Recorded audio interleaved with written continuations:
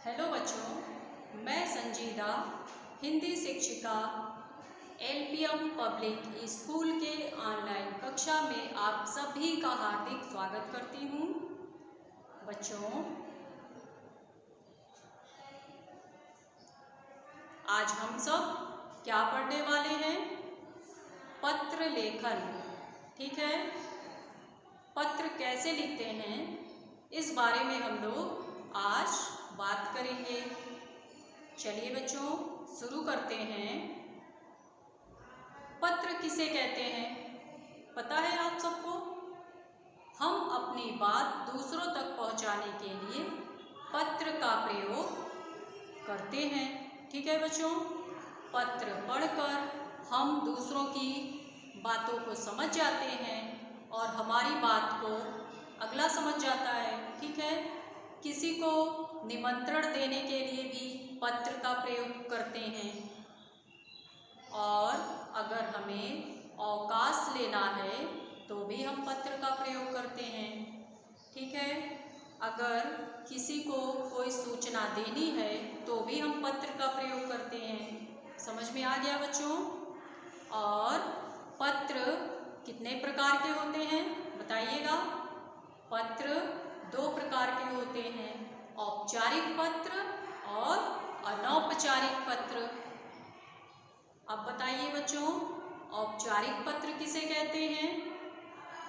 ऐसे पत्र जो विद्यालय के प्रधानाचार्य कार्यालय में और नौकरी के लिए लिखे जाते हैं, उन्हें औपचारिक पत्र कहते हैं। और अनौपचारिक पत्र किसे कहते हैं बच्चों? बताइए।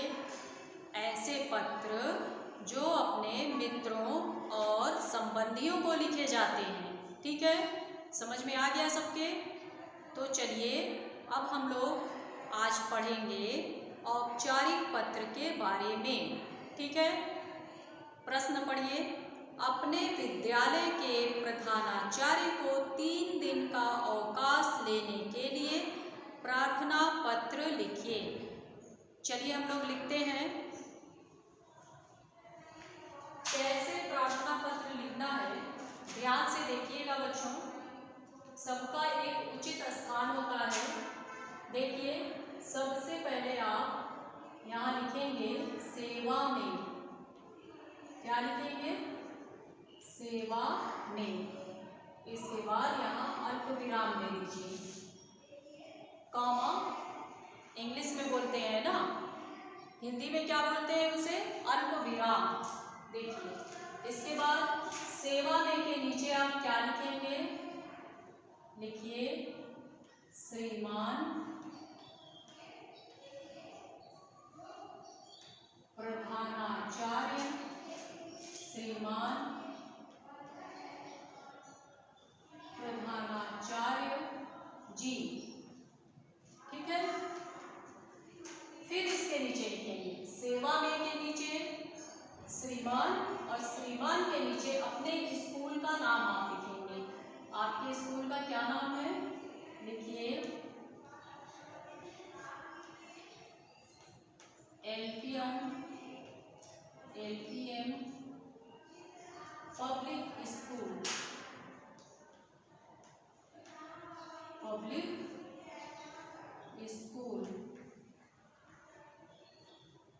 ठीक है, आपका स्कूल कहाँ पर है? इसके नीचे लिखिए, एल लिखा है ना, इसी के नीचे आपको लिखना है गोला बाजार। गोला बाजार, अल्पविराम देकर नाम लिखिए गोरखपुर। ठीक है, गोरखपुर। आप उत्तर प्रदेश में रहते हैं तो गोला बाजार के नीचे लिख दीजिए उत्तर प्रदेश। समझ में आ गया? ये एकदम क्रम से होना चाहिए, लाइन इधर उधर नहीं करनी। ये नहीं कि यहाँ सेवा में लिख दिए, यहाँ श्रीमान लिख दिए, यहाँ एलपीएम लिख दिए, यहाँ गोला बाजार लिख दिए, यहाँ उत्तर प्रदेश लिख दिए। ऐसे नहीं होना चाहिए। सब कुछ एकदम लाइन से लिखिएगा। सेवा में के नीचे श्रीमान श्रीमान प्रधानाचार्य जी, श्रीमान के नीचे एमपीएम पब्लिक स्कूल, इसके नीचे गोला बाजार, इसके नीचे उत्तर प्रदेश। ठीक है, इतना लिखने के बाद आप सब यहाँ पर लिखेंगे महोदय। ठीक है, नहीं दिनांक लिख लीजिए पहले। दिनांक आज कौन सी डेट है? 3 है, 3/9/2020। ठीक है बच्चों, इसके बाद अब दिनांक के नीचे आप लिखेंगे महोदय। क्या लिखेंगे? महोदय। फिर यहाँ पर आप अल्प विराम का प्रयोग करेंगे। फिर इसके नीचे आप लिखिए, इसी के नीचे फिर लिखिएगा सविनय निवेदन। ठीक है, और छोटा लिख रहे हैं ताकि इतने में सारा आ जाए। देखिए, सविनय निवेदन है कि, सविनय निवेदन है कि कल विद्यालय आने के बाद, कल विद्यालय आने के बाद, कल विद्यालय आने के बाद मुझे तेज बुखार, मुझे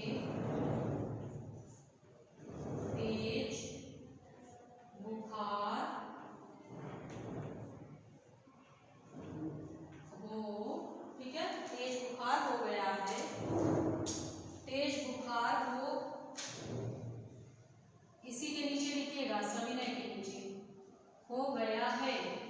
हमारा वाक्य इतना पूरा हो गया ना, यहाँ पर अब हम पूर्ण विराम लगा देंगे, पूर्ण विराम।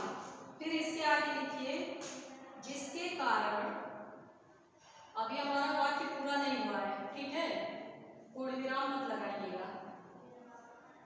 सविनय निवेदन है कि कल विद्यालय आने के बाद मुझे तेज बुखार हो गया है। लिखिए जिसके कारण, जिसके कारण। ठीक है बच्चों, जिसके कारण मैं विद्यालय आने में, मैं जिसके कारण मैं विद्यालय, लिखिए आने में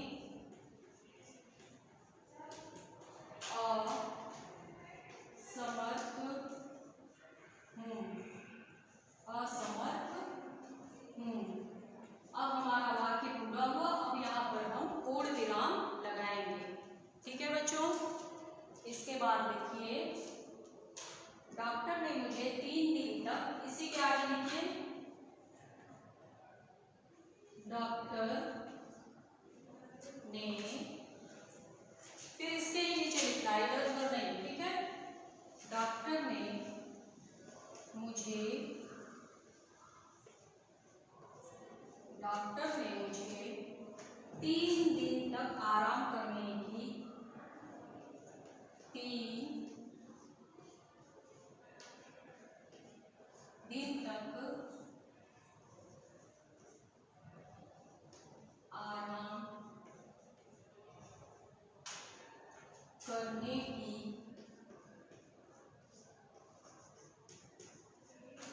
सलाह दी है। ठीक है, आराम करने की सलाह दी है। फिर वाक्य हमारा पूरा हुआ। फिर हम वहां पर पूर्ण विराम लगा देंगे। ठीक है, इसके बाद आप लिखेंगे अतः, फिर उस लाइन को छोड़कर इस लाइन से आपको लिखना है अतः, क्या लिखना है? अतः आप मुझे, अतः आप मुझे,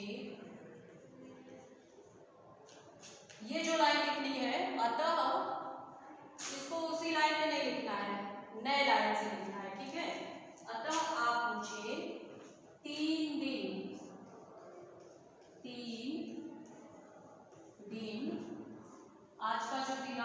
आप यहाँ पे लिखे हैं ना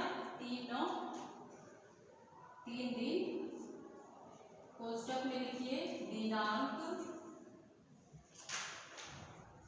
3/9/20 से 3/4/5, 3 दिन हुआ ना, 5 तक लिखिए, 5/9/20 तक का, फिर यहाँ पे लिखिए अतः के नीचे लिखिएगा का अवकाश प्रदान करने की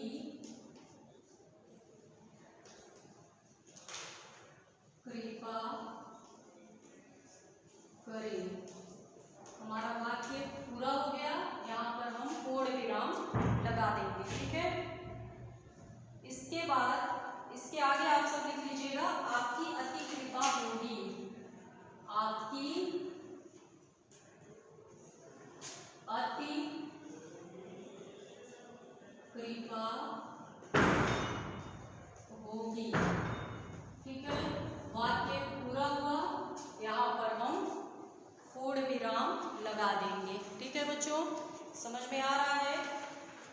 इसके बाद आप अवकाश के नीचे देखिए, यहाँ लिखेंगे स धन्यवाद, क्या लिखेंगे स धन्यवाद।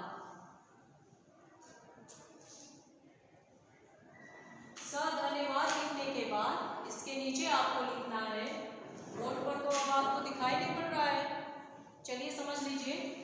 स धन्यवाद लिखने के बाद इसके नीचे ही यहाँ पर लिखकर बता दे रहे हैं, लेकिन आपको इसके नीचे लिखना है। ठीक है, स धन्यवाद लिखने के बाद स धन्यवाद के नीचे आप लिखेंगे आपका, क्या लिखेंगे, आपका आज्ञाकारी, आपका